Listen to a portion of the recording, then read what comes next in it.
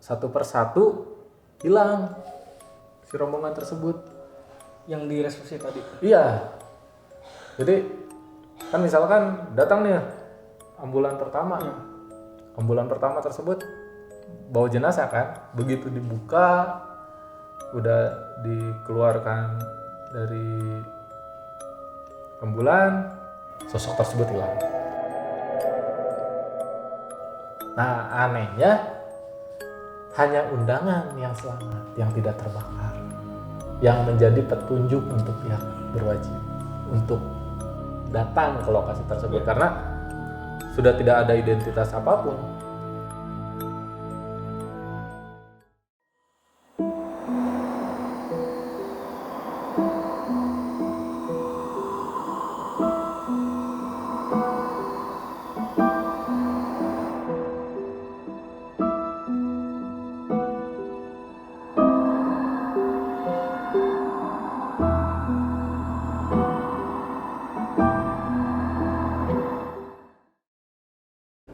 Assalamualaikum warahmatullahi wabarakatuh.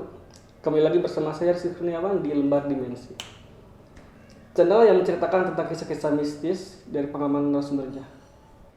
Dan kali ini kita telah kedatangan tamu yang bernama Mas Haryo. Dan Mas Haryo kali ini akan menceritakan tentang pengalaman horornya. Beliau pernah melihat kejadian rombongan hantu pengantin yang pernah viral di masanya. Seperti apa ceritanya, kita langsung tanyakan aja pada Mas Haryo. Bagaimana Mas Haryo tadi perjalanan? Macet ya, lumayan lah sampai ke sini, butuhkan waktu di perjalanan. Oh ya, macet itu bikin badan pegal-pegal ya? Ya udah pastilah. Pegal-pegal, sakit badan, masuk angin. Saya ada solusinya. Saya juga sering minum ini Mas Haryo. Ini jamu koil tradisional. Oh, boleh dicoba. Silahkan dicoba Mas Haryo. Boleh ya? Saja langsung ya. Ini saya coba, ini jamu koil tradisional bisa meredakan pegal inu. Di sini juga ada banyak ya keterangan komposisinya.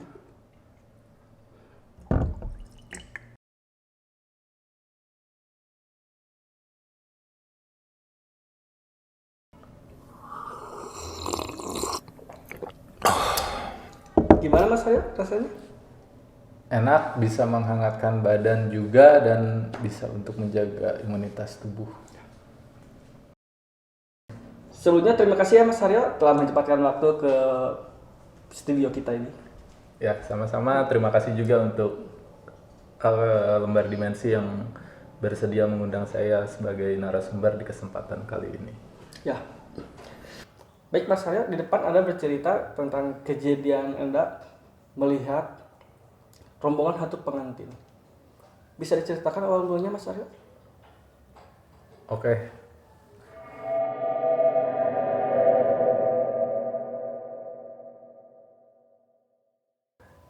Mungkin ini kejadian udah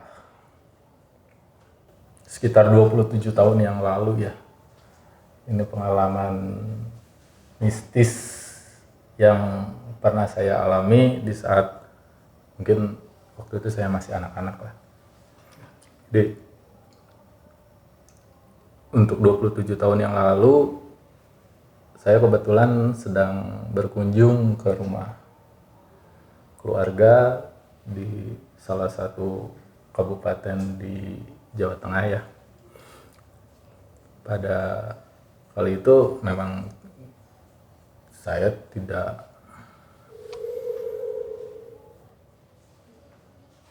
berharap sih untuk menyaksikan hal tersebut karena seharusnya pada hari itu menjadi sebuah hari yang baik, hari yang indah buat mereka. Banyak kejadian yang akhirnya malah membuat acara tersebut menjadi kacau ya. Jadi kita langsung aja ke kejadiannya. Jadi pada suatu hari tersebut ada salah satu keluarga di desa yang kebetulan saya kunjungi tersebut mengadakan sebuah pesta pernikahan. Tepatnya hari apa itu? Saya lupa, mungkin hari Minggu ya dulu. Jadi seperti layaknya pada pesta pernikahan pada umumnya, ya hari itu udah sangat ramai dengan keluarga dan warga masyarakat daerah sekitar ya. Nah, untuk acaranya mungkin wajar dari jam pagi atau mungkin jam 9 atau pagi itu mungkin prosesi akad nikah dan dilanjutkan dengan prosesi resepsi pernikahan. Namun acara itu tiba-tiba berubah di luar rencana karena pada waktu yang ditentukan si pengantin pria tidak hadir. Tidak hadir pada saat itu. Si pengantin pria tersebut tidak hadir sehingga membuat kacau lah mungkin ya untuk acara tersebut gitu, karena selain acara besar, acara keluarga dan mungkin akan menjadi citra keluarga tersebut di mata masyarakat yang lain atau membuat malu keluarga tersebut. Dan kejadian itu pun si pihak keluarga berusaha mentoleran, mungkin karena si calon pengantin pria tersebut berada di luar, jauh di luar kota ya. Karena kebetulan di desa tersebut untuk lapangan pekerjaan saat itu sangat hampir bisa dikatakan tidak ada. Jadi hampir semuanya mereka merantau keluar kota atau keluar daerah tersebut untuk mencari pekerjaan. Dan keduanya mungkin bertemu di sana. Saya juga nggak tahu karena saya tidak mengalami hal tersebut. Jadi pihak keluarga mungkin masih berpikir positif ya. Berpikir positifnya tuh mungkin ada kejadian macet di jalan atau ada kendala di perjalanan pada saat itu hingga siang hari, dan kemudian sampai sore hari pengantin pria tersebut tidak hadir. Tamu undangan udah pada bubar? Tamu undangan masih hadir karena mungkin kebiasaan di daerah tersebut masih saling mungkin ya, masih saling membantu, masih saling mensupport satu sama lain, menyabarkan mungkin, atau tidak membuat gaduh lah intinya, tidak membuat gaduh. Pihak keluarga pun masih bersabar menunggu kedatangan pria tersebut. Gitu. Ditunggu sampai jam berapa? Ditunggunya mungkin yang saya tahu ya, pada saat itu pihak keluarga mengutus bagian dari keluarganya untuk menunggu di gapura desa atau di gerbang desa, karena ada kekhawatiran atau ada ketakutan dari pihak keluarga mereka lupa akan lokasi tersebut gitu. Jadi pihak keluarga masih berpikir positif, ada keluarganya yang menunggu di depan gerbang desa. Dan Anda datang ke acara tersebut sebagai tamu undangan atau sebagai keluarga? Oh tidak, saya bukan undangan atau keluarga dari mempelai tersebut ya, dari kedua mempelai tersebut.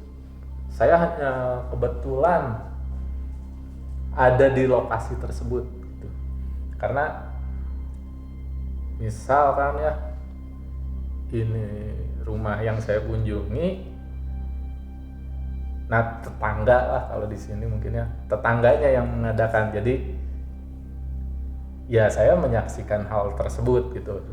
Cuman kan pada saat itu saya berpikir hanya sebuah acara pernikahan yang wajar dan nggak gimana gitu. Jadi Anda menunggu di lokasi tersebut sampai malam?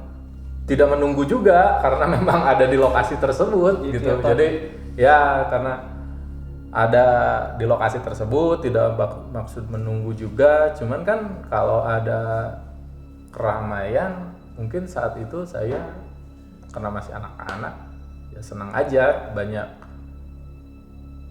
banyak orang, banyak jajanan lah kalau mungkin ya yang berjualan ya, saya mah senang aja sebagai anak-anak pada saat itu ya. Dan pada saat itu juga saya nggak akan berpikir akan mengalami hal tersebut.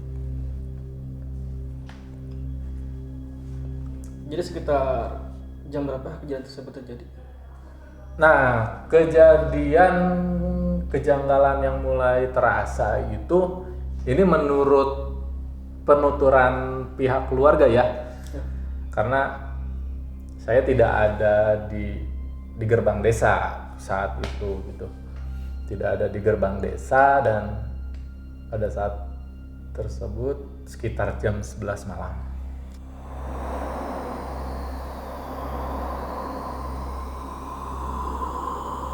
Jam 11 malam dan masih menunggu. Masih. Pihak keluarga masih menunggu karena kalau di desa biasanya prosesi resepsi pernikahan itu lebih dari 1 hari. Berbeda dengan kebiasaan saat ini yang mungkin hanya dalam 1 hari atau mungkin hanya hitungan jam ya. Kalau di sana mungkin bisa 2 atau 3 hari untuk prosesi resepsi tersebut. Jadi kejadiannya mulai jam 11 malam, sekitar jam 11 malam. Karena masih ramai, saya belum bisa tidur saat itu. Nah, menurut penuturan yang menunggu di gerbang desa atau dari pihak keluarga atau warga yang ada menunggu di gerbang desa, karena itu kan gantian ya, nggak mungkin dari pagi sampai malam orang tersebut gitu. Sekitar jam 11 malam, rombongan pengantin tersebut datang.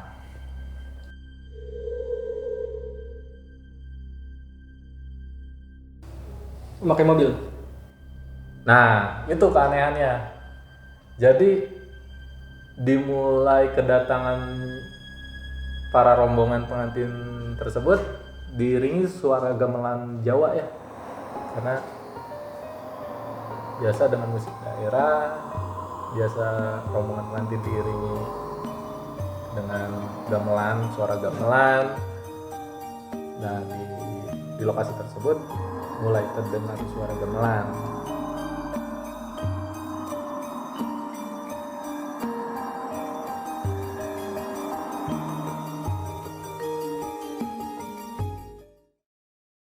Tapi memang ada klub gamelan gitu. Ada, karena dulu memang khas ya, mungkin prosesi adat ya, prosesi adat yang harus dilakukan. Jadi dimulai dengan suara gamelan, terdengar makin lama makin terdengar lebih jelas suara gamelan yang karena tadinya mungkin jaraknya terlalu jauh, tiba-tiba jadi lebih jelas terdengar dan diiringi dengan rombongan pengantin tersebut. Nah, di antara kedua tersebut sudah terjadi perdebatan ya. Bukan terjadi perdebatan, mungkin ada obrolan rasa aneh atau gimana karena rombongan tersebut datang ke lokasi dengan berjalan kaki. Diiringi rombongan pengantin tersebut jalan kaki karena banyak kan biasa kalau rombongan pengantin dengan iring-iringan dan segala macamnya.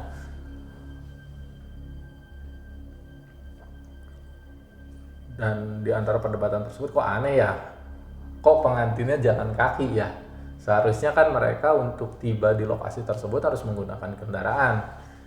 Saat itu mungkin menggunakan bis, mungkin kalau dengan rombongan banyak seperti itu ya. Jadi dengan berjalan kaki, tapi karena mungkin salah satu dari pihak yang menunggu di situ adalah sanak saudara atau pihak dari keluarga yang mengadakan prosesi resepsi pernikahan tersebut, mereka mengabari lah ke lokasi pernikahan bahwa rombongan pengantinnya sudah datang. Itu berarti telatnya sekitar lebih dari 12 jamnya harusnya acara tersebut, prosesi akad nikah tersebut harusnya jam 9 pagi kan seharusnya dilaksanakan, tapi pengantin pria baru datang ke lokasi jam 11 malam. Untuk penampilannya tersendiri? Penampilan sudah layaknya sebagai rombongan pengantin, sudah memakai pakaian pengantin. Berarti gak ada yang aneh? Nggak ada yang aneh. Terus, maaf, di sela-sela kejadian tersebut di saat siang harinya kan pihak keluarga sudah panik ya. Sudah panik karena pada saat itu hubungan telekomunikasi masih sangat sulit.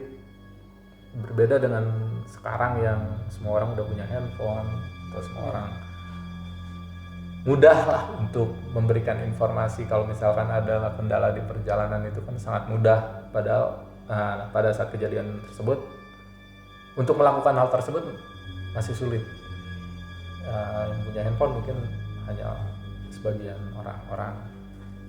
Jadi untuk mendapatkan informasi sangat sulit, dan keluarga pun udah dibikin mungkin agak malu dengan warga dan sanak keluarga dan semua para tamu undangan, karena prosesi akad nikah tetap prosesi resepsi tetap dilaksanakan, tetapi tanpa kehadiran pengantin pria.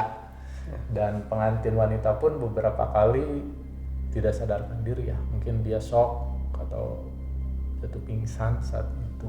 Ada 2 atau 3 kali lah pengantin wanita mengalami hal tersebut.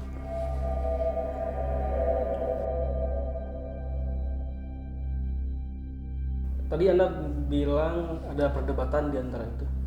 Perdebatan seperti apa? Ya, perdebatannya, keanehannya karena rombongan pengantin tersebut datangnya jalan kaki. Tidak seperti umumnya pada kejadian prosesi akad nikah atau prosesi resepsi pernikahan, yang kalau misalnya rombongan besar seperti itu pasti menggunakan kendaraan, apalagi itu bukan jarak yang dekat ya.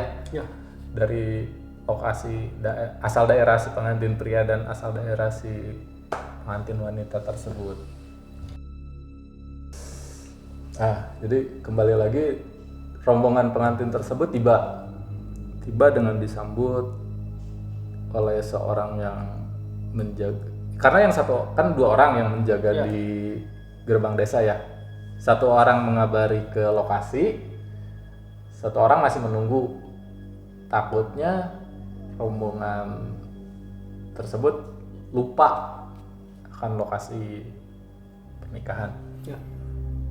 Di saat iring-iringan tersebut, si orang yang menunggu udah merasa aneh. Anehnya karena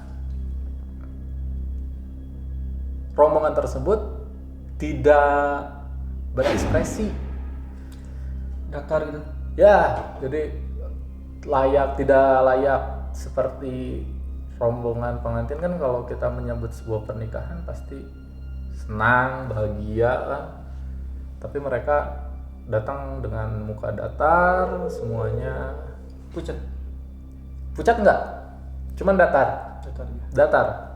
semuanya datar. Dan di saat perjalanan sebelum sampai lokasi tidak ada komunikasi layaknya. Misalkan kan ada yang menyambut, seharusnya ada yang ya mereka pasti menyapa rombongan tersebut. Kalau misalkan ada kendala atau misalnya basa-basi lah, ada kendala apa di perjalanan, kok telatnya sampai ya sangat telat ya. Kejadiannya. Jadi akhirnya si rombongan tersebut tiba di lokasi seperti biasa, mungkin ada prosesi adat yang harus dijalani tersebut. Nah, di situ ada keributan ada keributan. Keributan seperti apa? Keributannya ada sesepuh ya, mungkin kalau di desa ada sesepuh desa atau orang yang dituakan di desa tersebut berbicara sama keluarga pengantin wanita bahwa ini jangan diterima. Karena itu bukan menantu dia. Hanya pada saat itu pihak keluarga mungkin karena menjaga harga diri keluarga juga, atau mungkin saya nggak paham, tetap memaksa atau menerima rombongan tersebut. Sampailah ya biasa, meskipun tengah malam, saat itu prosesi resepsi tetap dilaksanakan dan warga-warga dan undangan-undangan pun kembali hadir di acara tersebut. Lakukan adat terlebih dahulu apa langsung ke resepsi? Langsung ke Ada prosesi adat tersebut kan, di saat terjadi perdebatan tersebut kan mungkin ada proses serah terima keluarga atau seperti apa. Kalau di situ terjadi perdebatan antara sesepuh desa tersebut dengan ini, tapi kan pihak keluarga tetap memaksa bahwa ini harus diterima, ini menantu saya, ini acara saya, kamu bukan siapa-siapa, kamu jangan menghalangi acara saya gitu.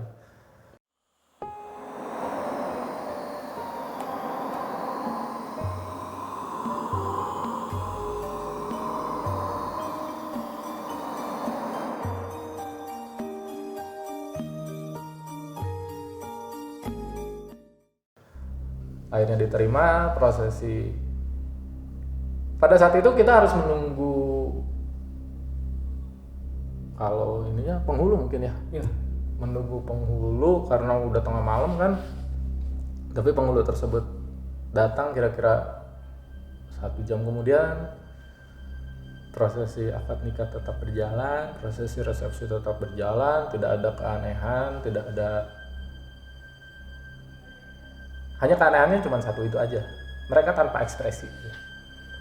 Jadi seperti biasa aja resepsi pernikahan, kalau misalkan ada tamu bersalaman atau menjamu makan, mereka tetap melakukan hal tersebut.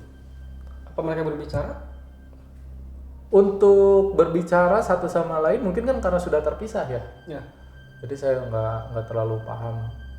Terus kalau misalkan antara kedua mempelai ada komunikasi, ada komunikasi. Cuman untuk apa yang dikomunikasikannya saat itu saya karena melihatnya hanya dari jauh, jadi tidak bisa mendengarkan apa yang dikomunikasikan mereka. Kalau biasanya kan kalau hijab kabul itu pakai mikrofon gitu ya, kedengaran suara si pria itu. Oh, karena sudah malam, prosesi akadnya tidak dilaksanakan seperti layaknya ya. Tidak misalkan menggunakan sound system atau misalkan di tempat peribadatan. Tidak, jadi memang hanya prosesi agama yang dilakukan. Jadi cuman ada ya, layaknya wali, saksi, dan kedua mempelai tersebut gitu. Jadi tidak di, karena sudah malam kan, sudah jam 12, jadi tidak menggunakan hal tersebut.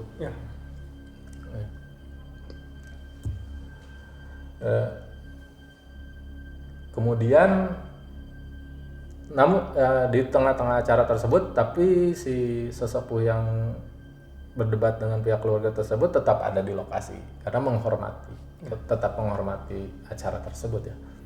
Sampai ada suatu, karena sudah hening, udah sepi, terdengar suara sirine waktu itu.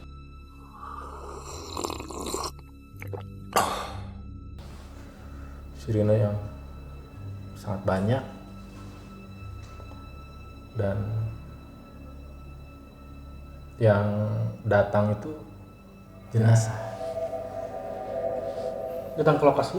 Datang ke lokasi tersebut dengan diiringi pihak berwajib. Datang sekitar satu ambulan tuh berisi sekitar 2-3 jenazah ya, pada saat itu. Kira-kira ada berapa ambulan? Banyak ya, saya waktu itu nggak menghitung pastinya, cuman karena suasana menjadi riuh, jadi rame kan, saya jadi ya kepo lah, ada apa sih gitu. Ini teh ternyata si rombongan ambulan tersebut mengantarkan jenazah rombongan tersebut. Nah, satu persatu hilang si rombongan tersebut. Yang di resepsi tadi. Iya. Jadi kan misalkan datang nih ambulan pertama. Ya. Ambulan pertama tersebut bawa jenazah kan. Begitu dibuka, udah dikeluarkan dari ambulan, sosok tersebut hilang. Hilang satu persatu hilang. Pokoknya berurutan di saat si ambulan tersebut dibuka, sosok tersebut hilang. Jadi kita baru tahu kalau yang datang itu bukan manusia, sudah berupa hantu atau misalkan ruh atau apa istilah yang ininya. Yang terakhir hilang itu saya masih ingat pengantin pria, karena pengantin pria tersebut terakhir. Lalu bagaimana reaksi pengantin wanita? Pengantin wanita mah sudah tidak sadarkan diri ya. Pada saat itu udah dibawa ke kamar. Jadi begitu ada kejadian tersebut, begitu ada rombongan ambulan tersebut, si pengantin wanita sudah nggak sadar, udah pingsan, tidak sadar. Nah, si sesepuh desa tersebut yang yang pertama kali berbicara dengan pihak keluarga dan pihak yang berwajib, bahwa beliau mengatakan, ini menantu kamu baru datang. Jadi datangnya itu sudah berupa jenazah. Karena balik lagi ya, media informasi saat itu masih terbatas, media komunikasi sangat terbatas, jadi hal tersebut tidak diketahui oleh pihak keluarga, bahwa pada saat dalam perjalanan menuju lokasi resepsi, seluruh rombongan dengan mengalami kecelakaan. Untuk lokasinya saya kurang tahu. Lokasi kecelakaannya yang pasti menurut keterangan dari pihak yang berwajib, rombongan tersebut mengalami kecelakaan, busnya masuk ke jurang, semua penumpangnya terbakar hangus dan tidak ada yang selamat. Nah, anehnya hanya undangan yang selamat, yang tidak terbakar, yang menjadi petunjuk untuk pihak berwajib untuk datang ke lokasi tersebut. Karena sudah tidak ada identitas apapun, mayat pun sudah, atau jenazah pun sudah tidak bisa dikenali karena sudah hangus terbakar. Yang menjadi panduan atau jadi informasi yang tersisa dari kecelakaan tersebut hanya undangan itu yang tidak terbakar. Seperti itu. Dan akhirnya yang seharusnya hari itu menjadi hari yang sangat bahagia berubah 360 derajat menjadi hari yang sangat berduka untuk pihak keluarga, pihak mempelai wanita, dan mungkin sanak keluarga yang dari calon pengantin pria ya. Seperti itu kejadiannya. Sekali minum dulu Mas Red.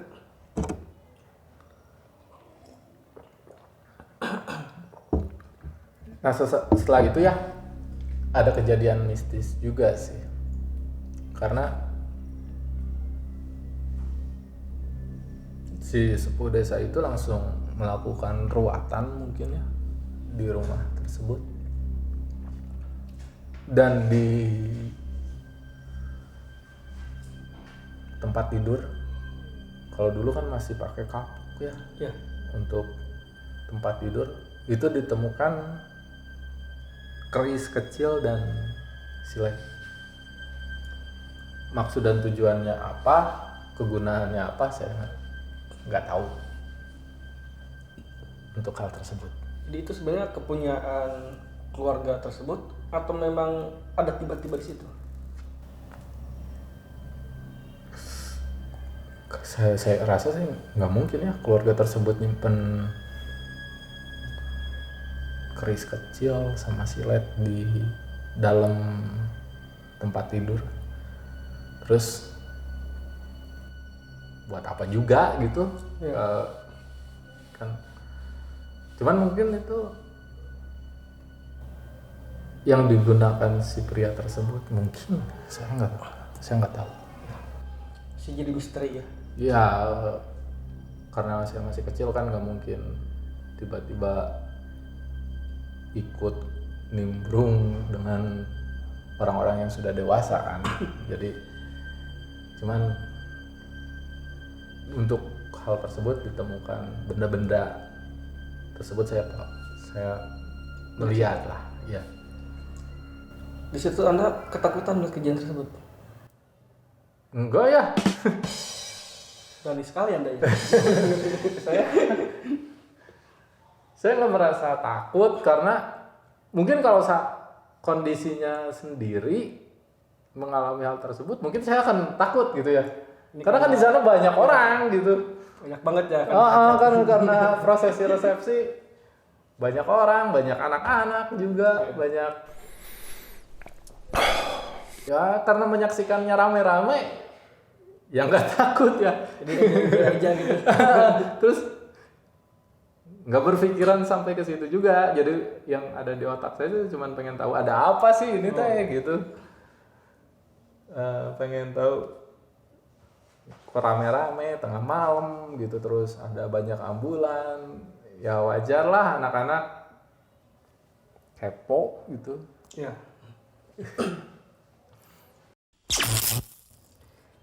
Lalu perihal keris dan silet tersebut, apakah sesepuh tersebut mengambil dan menyimpan? Apa biarkan saja? Oh diambil ya? Karena mungkin itu termasuk kategori benda mistis. Ya, jadi setelah kejadian tersebut setelah ditemukan keris kecil dan silet tersebut, itu disimpan oleh sesepuh desa tersebut karena mungkin takut menjadi sesuatu yang membahayakan warga sekitar atau ada hal-hal yang tidak diinginkan.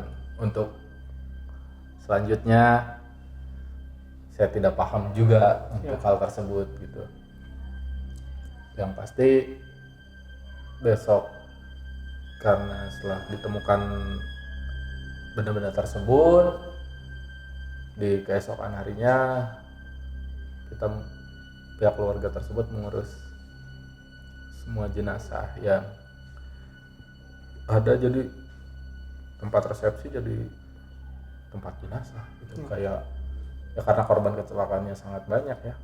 Lebih dari 30 orang kan kejadian tersebut, sehingga dilakukan prosesi pemakaman seperti pada umumnya.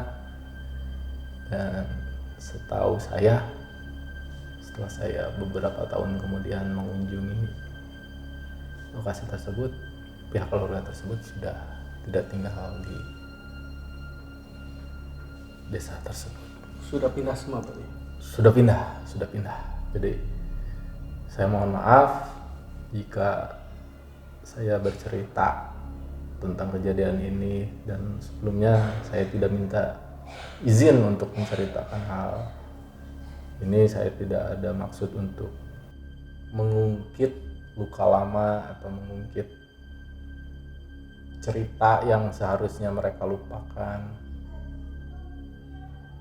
Saya tidak ada niat untuk melakukan tersebut. Saya hanya di sini hanya membagikan sebuah pengalaman mistis yang itu pengalaman mistis saya pertama yang saya alami. Ya.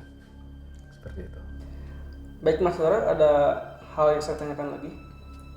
Jadi selama waktu datang rombongan tersebut ke acara resepsi pernikahan dan ambulan itu berapa lama? Kan prosesi pertama datang rombongan tersebut itu jam 11 ya, jam 11 malam ya. Jam 11 malam karena prosesi adat dan segala macam. Itu mungkin sekitar jam 12, jam 1 baru selesai, jam 1 mulai resepsi. Dan ambulan dan rombongan ambulan dan pihak berwajib tersebut datang sekitar jam 3. Jam 3 dini hari. Itu cukup lama juga ya? Cukup lama karena mungkin dari lokasi kejadian menuju lokasi resepsi mungkin jaraknya jauh ya. Saat itu hanya bisa ditempuh dengan kendaraan ya bermotor lah. Kalau makanya kejadian aneh pertama yang ditemukan sama pihak keluarga yang menunggu di Gapura Desa itu rombongan pengantin jalan kaki dan tidak ditemukan kendaraan di lokasi tersebut. Kan aneh Ya. masa jalan kaki pengantin. Jauh lagi. Sangat jauh bisa 8 jam mungkin untuk mencapai lokasi tersebut, karena yang saya tahu si pengantin tersebut bertemunya di ibu kota ya, di Jakarta. Jadi kalau misalkan si calon mempelai pria tersebut tinggal di ibu kota, itu untuk mencapai lokasi lebih dari 8 jam, bisa 10-12 jam. Setelah keris dan silet tersebut diamankan sama sesepuh desa, apakah ada hal mistis lagi mengenai pengantin tersebut? Nggak ada ya, setahu saya, karena setelah prosesi pemakaman saya masih menyaksikan, masih ada di lokasi tersebut kan. Dan keesokan harinya saya harus sudah kembali ke Bandung saat itu. Kan ini sudah proses ijab kabul ya? Ya. Berarti secara hukum sudah sah jadi suami istri? Nah, kalau untuk secara aturan agama mungkin sah ya. Tapi kan sah jika dilakukan itu sebagai dari manusia dan manusia. Sedangkan yang hadir, yang datang itu kan sudah bukan manusia lagi. Nah, jadi saya tidak bisa menilai itu pernikahan tersebut sah atau tidak. Ya. Mungkin juga kalau saya akhirnya berpikiran si calon pria tersebut harus menepati janji untuk hadir di acara pernikahan tersebut, walaupun sudah tidak sebagai manusia. Ya, terima kasih ya Mas Haryo sudah menceritakan pengalaman Anda kepada kami. Ya, sama-sama. Terima kasih juga untuk channel Lembar Dimensi. Semoga sukses dan terima kasih sudah mengundang saya untuk hadir di channel Lembar Dimensi. Jadi cerita dari Mas Haryo tersebut seolah-olah memberikan pesan kepada kita bahwa kita senantiasa harus menepati janji. Kita di sini bukan untuk menakut-nakuti, hanya untuk menghibur. Ketahuilah bahwa tipu daya mereka sangat lemah. Dan sebaik-baiknya pelindung adalah Allah Subhanahu wa taala. Terima kasih telah menonton video ini dan dukung kami dengan cara subscribe dan bunyikan loncengnya. Saya Rizky Kurniawan, nantikan cerita selanjutnya. Terima kasih. Assalamualaikum warahmatullahi wabarakatuh.